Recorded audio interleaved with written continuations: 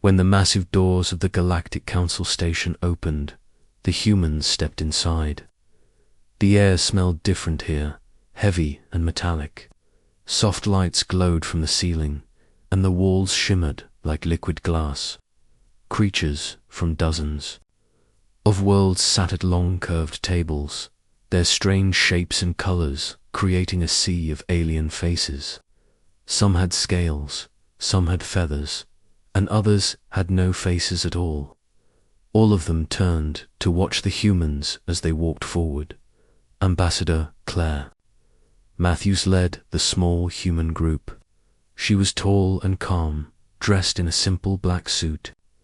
Her short brown hair was neatly brushed, and her eyes stayed forward, never flinching under the curious stares. Behind her walked two escorts, Daniel and Megan. They wore plain uniforms, dark grey, without any weapons, shields, or armor.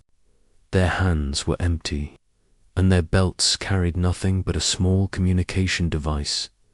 As they moved deeper into the hall, whispers rose around them.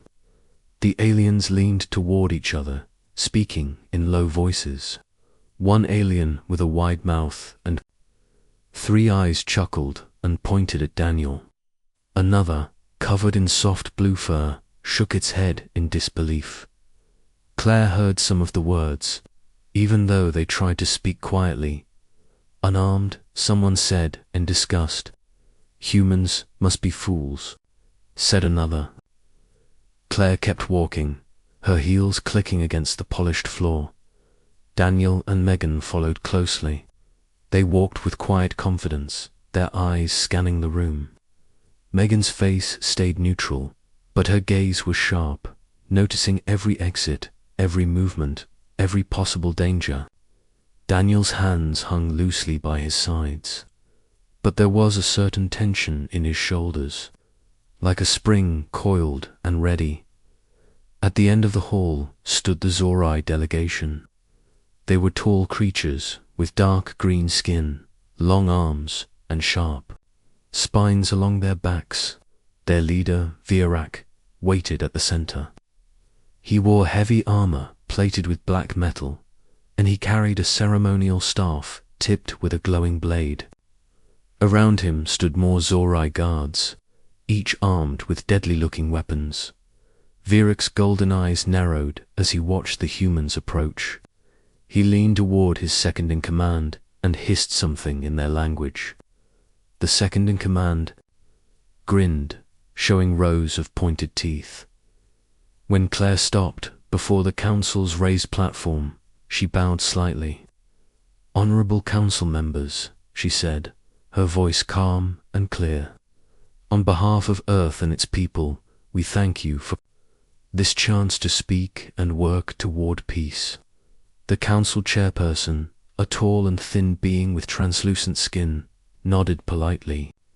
But before the chairperson could reply, Virak stepped forward, his voice cutting through the quiet. "Ambassador Matthews," he said, his words dripping with mockery.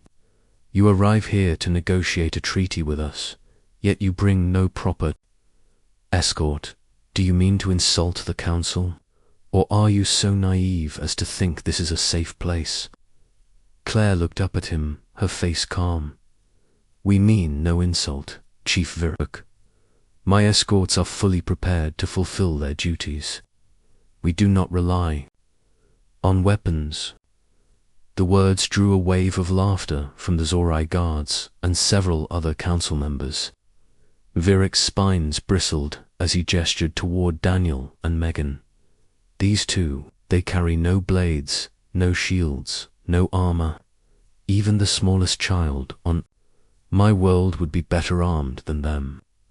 You insult not just us, but yourselves."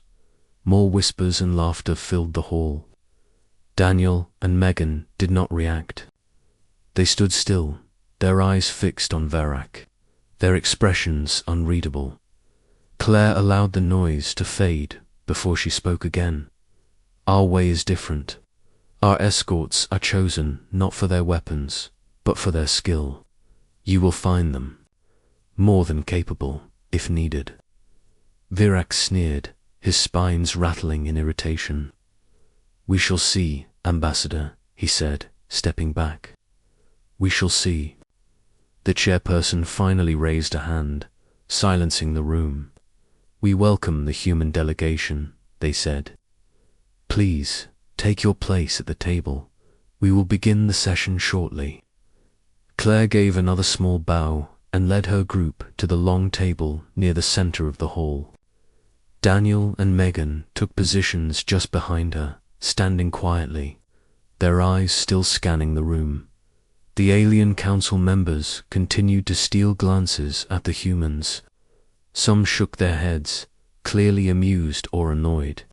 Others stared longer, perhaps more curious than dismissive. Virak's eyes stayed locked on Daniel and Megan, his jaw tight with what looked like both anger and amusement.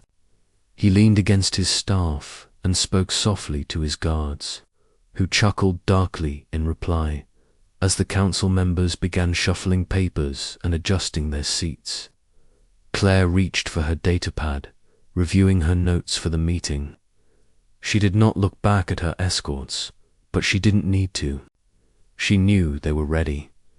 Daniel let his eyes drift over the room one more time, noting the positions of the guards, the exits, the high ledges above.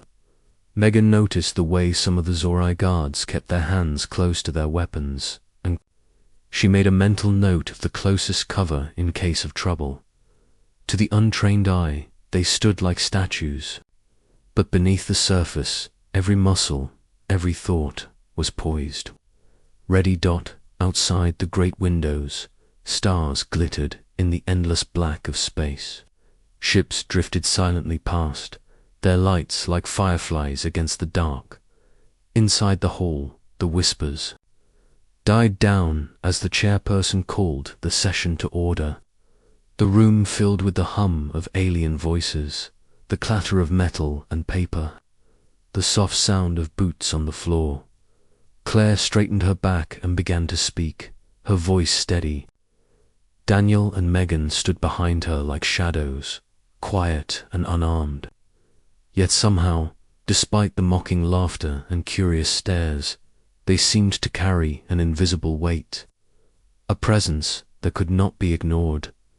Vyrak watched them, and though he still smiled faintly, there was now something else in his golden eyes, something thoughtful, something cautious. And so the humans began their mission, with nothing but words, empty hands, and the quiet confidence of two escorts who needed no weapons to make the whole room uneasy. The council hall grew louder as the session began. Papers rustled, lights above flickered softly, and alien voices filled the air with strange tones and clicks. Claire Matthews sat tall in her chair, her hands folded neatly in front of her. She listened as one of the council secretaries read the formal agenda. To her left and right, representatives from dozens of worlds shifted in their seats, glancing at her with curiosity and doubt. Behind her, Daniel and Megan stood silently. They didn't move, they didn't speak, but their eyes were alive, scanning the room, watching everything. Vyrak sat a few seats down, still leaning against his staff. His golden eyes never left the humans. Every now and then, his spines would twitch, as if in irritation. His guards stood close by, tall and armored, there, claws resting on their weapons. As the secretary finished reading, Virak rose to his feet and spoke loudly. His voice carried easily through the big chamber. "Before we waste time on talks of peace, I ask the council to address the disrespect shown by these humans," he declared. His spines rattled as he pointed a long finger at Claire and then at her escorts. The room quieted, all eyes turned to him. Claire kept her face calm and lifted her chin slightly. Virak continued, his tone sharp. "Look at them. They bring unarmed guards into this sacred hall, where warriors from every world stand ready to defend their delegations. What does this say about them? Do they think we are weak? Do they think our council chamber is a playground? A ripple of low murmurs spread through the council members.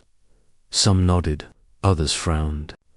One of the feathered delegates even chuckled quietly. Claire waited until the whispers faded before she spoke. Her voice was even and polite. Chief Verrock, I assure you there is no disrespect. Humans respect this council and all its members. We have sent our best to stand here today. They are trained to protect without the need for weapons. Verrock laughed, a harsh sound that echoed through the room. Trained to protect, without even a blade, without armor. Ambassador, on my world, even children know better than to face danger unarmed. If this is the best Earth can send, then you insult not only us, but yourselves. More laughter rose from some of the delegates. Others only watched quietly, their eyes darting between the humans and the Zorai leader. Daniel and Megan did not flinch. They didn't even glance at each other. They simply stood still, watching, waiting. Claire held her ground. You are free to believe what you wish, Chief Virik, she said. But I stand by my people. They have been trained for this, and I trust them fully. Virik sneered. You may trust them, Ambassador, but your trust does not make them strong. It does not make them ready. He turned to the council chairperson, who sat quietly watching the exchange. I propose we settle this now, Verrock said. A demonstration. Let us see if these humans can truly protect themselves without weapons. Let them prove their words. The chairperson hesitated, their translucent hands folded in thought. They looked at Claire. Ambassador, would you agree to a demonstration? To ease the doubts of this council. Claire looked up at Daniel and Megan for the first time since the session began. Her eyes met Daniel's. He gave the smallest of nods. Megan's gaze stayed steady, her expression calm. Claire turned back. To the chairperson. We agree. Virik's spines rose in satisfaction. Good, he said. Then let my two finest warriors face your escorts here and now. Let the council see the truth. The chairperson nodded and struck a small gong on the table. The sound rang out clear and high. So be it. The demonstration will take place now. The council chamber stayed quiet for a long moment after the demonstration. The Zorai warriors were helped to their feet by their comrades, but their heads stayed low and their shoulders slumped. Their weapons were gathered silently and carried away. The other council members watched closely, some still shocked, others beginning to nod slowly as they looked at the humans in a new way. Claire Matthews sat at the long table with her hands folded, calm and steady. Behind her, Daniel and Megan returned to their usual positions. They stood straight, their expressions unreadable, their eyes moving over the room. Vyrrak stayed on his feet, staring at his defeated warriors. His sharp spines lay flat now, his golden eyes moved from the fallen Zorai to the humans. His jaw tightened, but he said nothing. The chairperson finally spoke. Their voice was soft, but clear enough to fill the room. The human delegation has shown they are capable. They may continue with the negotiations. Claire gave a polite nod. Thank you, chairperson. We are ready to begin. But Verrock was not done. He lifted his staff and struck it once on the floor, making a sharp sound. This proves nothing, he said loudly. Those were my youngest warriors. This is not a true test of strength. Claire turned her head toward him. They were your choice, Chief Virak. We did not demand a Test it all, Virak growled low in his throat. They were not ready. But I see now that you trained your escorts well. Still, words and tricks mean little. If humans are truly strong, they should face a real challenge. Let them face me. A wave of murmurs ran through the council. Some members leaned forward, clearly interested in what would happen next. Others shook their heads. Uneasy. Claire raised an eyebrow. You wish to face both of them yourself? Virak's spines quivered with anger. No, just one. Let me show you what it means to face a true Zorai warrior. Claire looked at Daniel and Megan, meeting their eyes in turn. Megan gave the smallest nod. Daniel's expression didn't change, but he stepped forward quietly. Daniel will face you, Claire said simply. Virak sneered.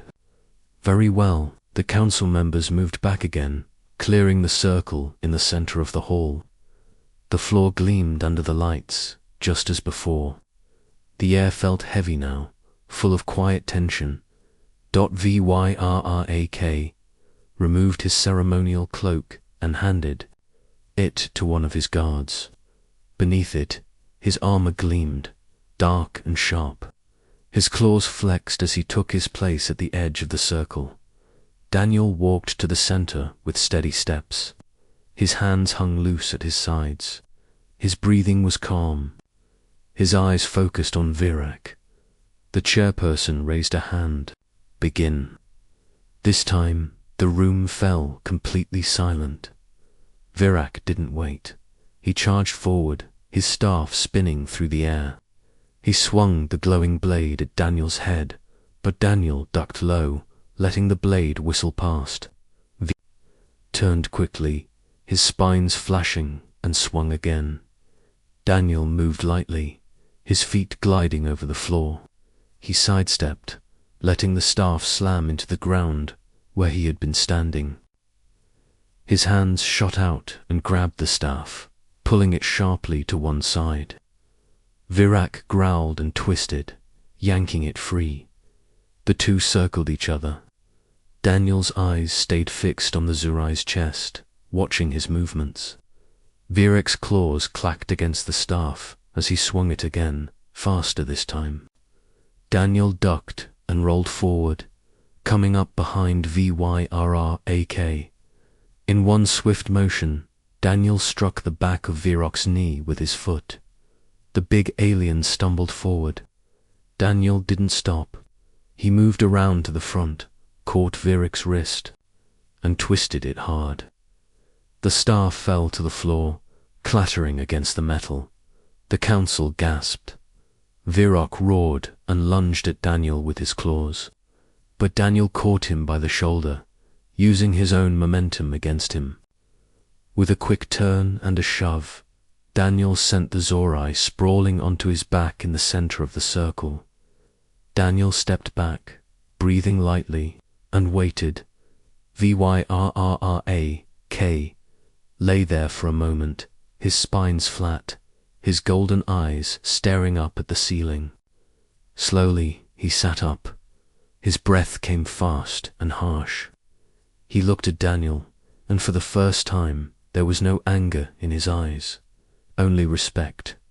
He stood and picked up his staff. Without a word, he tapped the floor lightly, then bowed his head.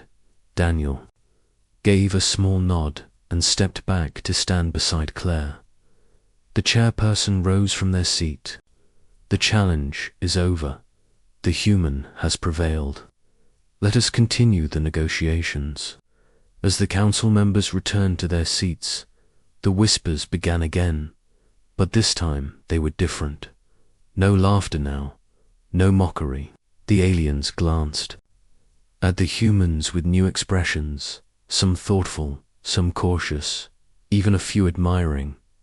Claire spoke softly. Thank you, Chairperson. We are ready to present our terms. Virak returned to his place at the table, silent now. His spines stayed low. He didn't look at Daniel again. but his hands no longer gripped his staff so tightly. Daniel and Megan stood behind Claire, still and quiet as ever, but the air around them had changed. The whole hall seemed to feel it, a quiet, invisible strength that needed no weapon to be seen. Outside the great windows, the stars still shone, cold and bright. Ships moved slowly past, their lights like distant fireflies. Inside, the humans sat calmly among the many alien delegates. Their presence no longer doubted. For the first time since they arrived, no one questioned why the human escorts carried no weapons. The air inside the council chamber felt different now. The whispers had faded. The stares had softened. There was no more laughter. Even Virak sat quietly at his table, his sharp spines low, his golden eyes thoughtful. Claire Matthews stood at the center of the long table and began to speak. Her voice was calm and steady as she presented humanity's offer for peace. She spoke of trade, of cooperation, of sharing knowledge and resources. The other delegates listened. Some of them nodded, others scribbled notes, and a few simply watched. In silence behind her, Daniel and Megan stood, as they always did, quiet, alert, still. Their hands were empty, their eyes moving from one side of the room to the other. Virak interrupted her once. His deep voice carried across the hall. "Ambassador," he said, "you speak of peace, but you also bring warriors. What is it you truly want from us?" Claire met his gaze without hesitation. "We want peace, Chief Virak, but we are not foolish. Peace is stronger when it is protected. Our escorts are here not to threaten, but to defend. They carry no weapons because they are the weapons, and they use their strength only when they must." The room went quiet again at her words. Even Virak could not think of a reply. The chairperson spoke after a moment. "The human proposal will be discussed and voted upon tomorrow. For now, we thank the delegation of Earth for their presentation." Claire nodded politely and gathered her notes. "Thank you, Chairperson. We look forward to tomorrow." As the session ended, the council members began leaving the chamber. Some of them moved quickly, avoiding the humans' eyes. Others lingered, casting curious glances at Daniel and Megan. One delegate with feathered arms even stopped to bow slightly toward them before walking away. Virak stayed seated for a while, his eyes still on the humans.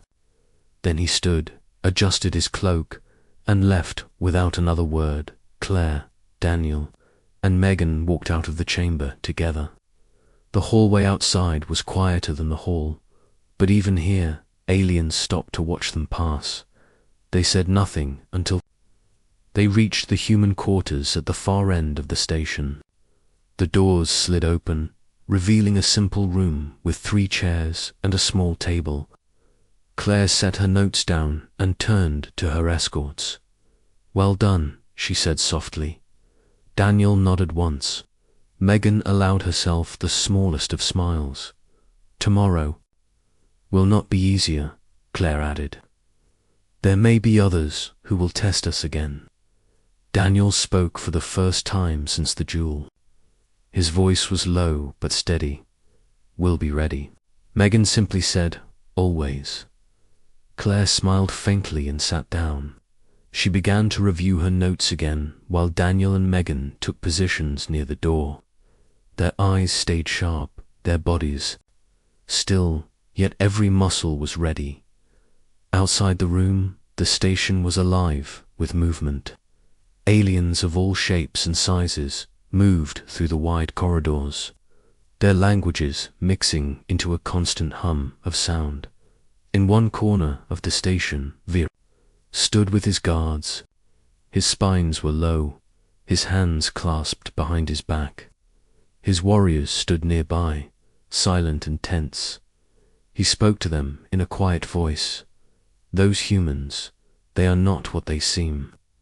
One of his guards muttered, "They are dangerous." Vir nodded slowly. "Yes, but also disciplined. They do not strike unless provoked. And when they strike with precision. They are different." His second in command asked, "Should we challenge them again?" Varric's golden eyes narrowed as he stared down the long hallway. "No, not yet. We have seen enough." For today, back in the human quarters, Claire finished her notes and stood up. "You two should get some rest," she said.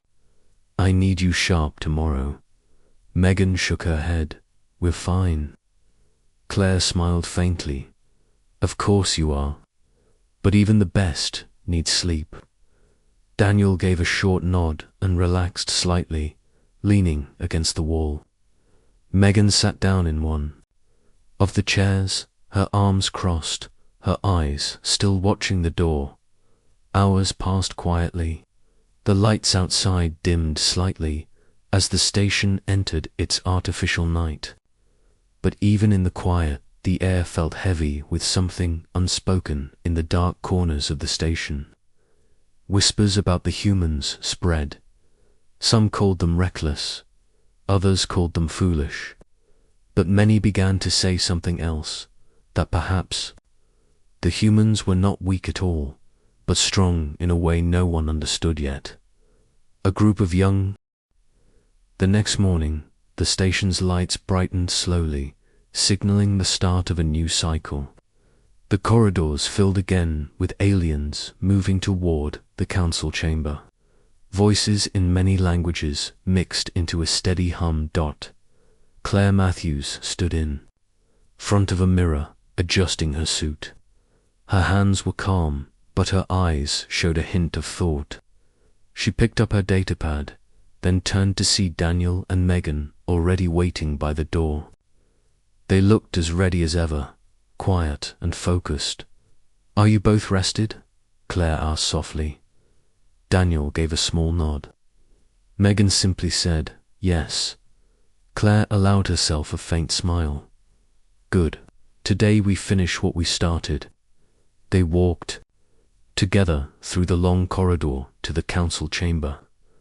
Other delegates stepped aside as they passed, some watching with cautious respect, others whispering quietly. No one laughed this time. No one mocked. When they entered the chamber, the room was already full. Council members sat at their places, their notes and devices ready. The chairperson stood at the center, waiting. Claire walked to her table and placed her datapad in front of her. Daniel and Megan stood behind her, still and silent. Their eyes scanned the room, noticing everything, every movement, every shadow. Virak was already there. He sat with his hands folded, his golden eyes fixed on the humans. His spines were low, his face calm. But something in his gaze had changed. It was no longer full of mockery. Instead, it held a kind of quiet respect. The chairperson raised a translucent hand, and the room fell silent. "We are gathered," they said, "to discuss and vote on the proposal presented by the delegation from Earth. Ambassador Matthews, you may speak." Claire stood and began to explain the treaty again, her voice steady and clear. She spoke of trade routes, shared research, and peaceful cooperation. She reminded them that Earth did not seek control or dominance, only partnership. As she spoke, Daniel's eyes caught movement to the left. A tall alien wearing a dark cloak was shifting in his seat, his hands hidden. Megan noticed it too. Their eyes met briefly, and then returned to the room. Claire finished her speech and sat down. The chairperson nodded. "We thank Ambassador Matthews. The council will now begin discussion." One by one, delegates spoke. Some supported the humans, saying Earth's proposal was fair and beneficial. Others were cautious, saying it was too soon to trust a young species. A few still doubted, though their words lacked the sharpness of the day before. Then the delegate in the dark cloak stood. His voice was low, but full of anger. "These humans," he said, "come here empty-handed. They claim strength without weapons, but how can we trust a species that hides its true nature? How can we trust a species that shows no fear?" He pulled something from his cloak, a small, sharp blade that glowed faintly. The room gasped. Weapons were forbidden in the council chamber. Before anyone could react, the alien lunged forward, aiming the blade toward Claire. But Daniel was already moving. In a blur, he stepped between Claire and the attacker. His hand shot out, grabbing the alien's wrist. The blade clattered to the floor. Daniel twisted, and the alien fell hard against the ground with a loud thud. The room froze. Every eye was on the scene. Daniel stood over the attacker, holding his arm firmly but without cruelty. Megan stepped forward and quickly kicked the blade away before kneeling to secure the attacker's hands. The chairperson rose to their feet, their translucent face pale. Guards, 2 station guards, ran forward, taking hold of the attacker and dragging him away. His cloak fell to the floor, revealing his face, a delegate from a minor world, now disgraced. The room was silent again. Claire looked up at Daniel, and Megan, who stood calmly back in position as if nothing had happened. Virak rose slowly. His golden eyes scanned the humans, and then he spoke. His voice was deeper now, quieter, but full of weight. "You all saw it," he said. "These humans, without a weapon, protected their ambassador faster than any blade could. They did not hesitate. They did not falter, and they did not kill, even when attacked." He turned toward the other delegates. "That," he said, pointing, a long finger at Daniel and Megan, "is true strength." Many in the room nodded. Even those who doubted before seemed to see the humans differently now. The chairperson cleared their throat. "Thank you, Chief Virak. We will now proceed to the vote." One by one, the delegates cast their votes. Names and decisions lit up on the large display above the chamber. Green lights outnumbered red. When the final count appeared, the chairperson stood. "The council accepts the proposal from Earth. The treaty is approved." A quiet cheer rose in the room. Claire smiled faintly and bowed her head in thanks. "On behalf of Earth, we thank the council for its trust.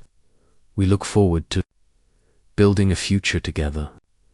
Virak approached the human table as the chamber began to empty.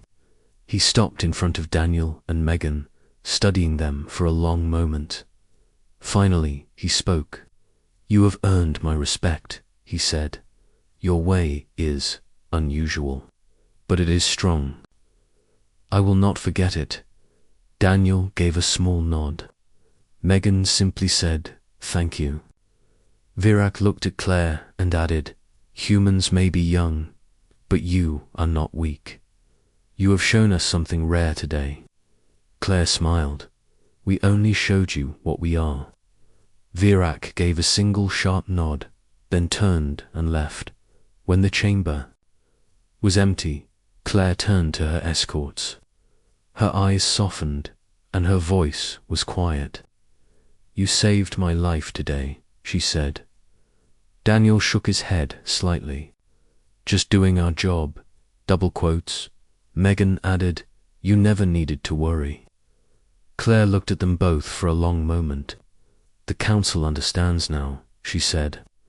"They finally see why we bring escorts without weapons." Outside the chamber, the stars shone as brightly as ever. Ships moved slowly in the darkness, their lights glimmering like tiny sparks. Inside, the humans walked through the quiet corridors. Their presence no longer doubted, no longer mocked. Everywhere they went. Aliens stepped aside, not out of fear, but out of respect, and in quiet corners of the station, whispers grew louder. Whispers that perhaps the humans were not just another young race. Whispers that perhaps the humans were something more. The human delegation walked back to their quarters in silence. The halls of the station were busy, but the air felt calmer now. Some aliens they passed stopped to watch them. A few even gave small respectful nods as they moved aside to let the humans through. Inside their quarters, Claire set her datapad on the table and let out a quiet breath. Her shoulders relaxed a little for the first time that day. Daniel and Megan stood near the door, as always, watchful but at ease. Claire turned to them and spoke softly. "You've both done more than anyone could ask. You've shown them what we are. Tomorrow we'll return to Earth, knowing we did what we came to do." Daniel nodded once, his eyes calm. Megan sat down in one of the chairs, crossing her arms. Lightly, she didn't speak, but gave Claire a faint smile. A chime sounded at the door. Claire raised an eyebrow and said, "Come in." The door slid open and the chairperson of the council entered. Their tall, translucent figure shimmered faintly in the soft light. They moved quietly to stand by the table. Claire straightened. "Chairperson, how can we help you?" The chairperson spoke in their calm, quiet voice. "I wanted to visit before you leave. The council thanks you for your offer and your conduct. You've surprised us. Many here did not understand humans before today, but now they have seen." Claire inclined her head. "We only acted as ourselves, nothing more." The chairperson's gaze moved to Daniel and Megan. "Those two," they said softly, "are unlike anything we have seen. They fight without weapons yet strike harder than most armed soldiers. They move without anger yet defeat even our strongest warriors. And when attacked, they show mercy. This is rare." Claire glanced back at her escorts. "Our people have trained for many generations to control fear and strength. They protect. They don't destroy unless they must." The chairperson nodded slowly. "And that is why the council voted for your proposal. Not because of words, but because of what they saw." They paused, then added, "You've given us much to think about." After a moment of silence, the chairperson turned and left the room as quietly as they had entered. Claire sat back down, her expression thoughtful. "It seems they've learned something important," she said. Daniel finally spoke. "Actions speak louder than words." Megan added softly, "And silence speaks loudest of all." Claire smiled faintly at that. Later that evening, they were invited to a small reception in one of the upper chambers of the station. The space was wide and bright, with windows that opened to the stars outside. Tables of food and drink lined the edges, and council members mingled quietly, their voices soft. When Claire, Daniel, and Megan entered, the room hushed for a moment. Heads turned. Some aliens nodded in greeting, others simply watched. Varric was there too, standing near one of the windows with his guards. When he saw them, he walked over slowly, his heavy steps echoing on the polished floor. He stopped in front of Daniel and Megan, studying them again. His golden eyes were steady. Finally, he spoke. "You are not what I expected," he said. "When I saw you walk into the council chamber unarmed, I thought you were foolish, weak. I see now that I was wrong." Daniel didn't respond. He only watched Virac quietly. Megan gave the slightest nod of acknowledgement. Vyrrak continued. "On my world, We believe strength comes from claws and blades, but you have shown me another kind of strength, one I did not understand. He glanced at Claire. Then, your people. You may be young, but you are not weak. You have my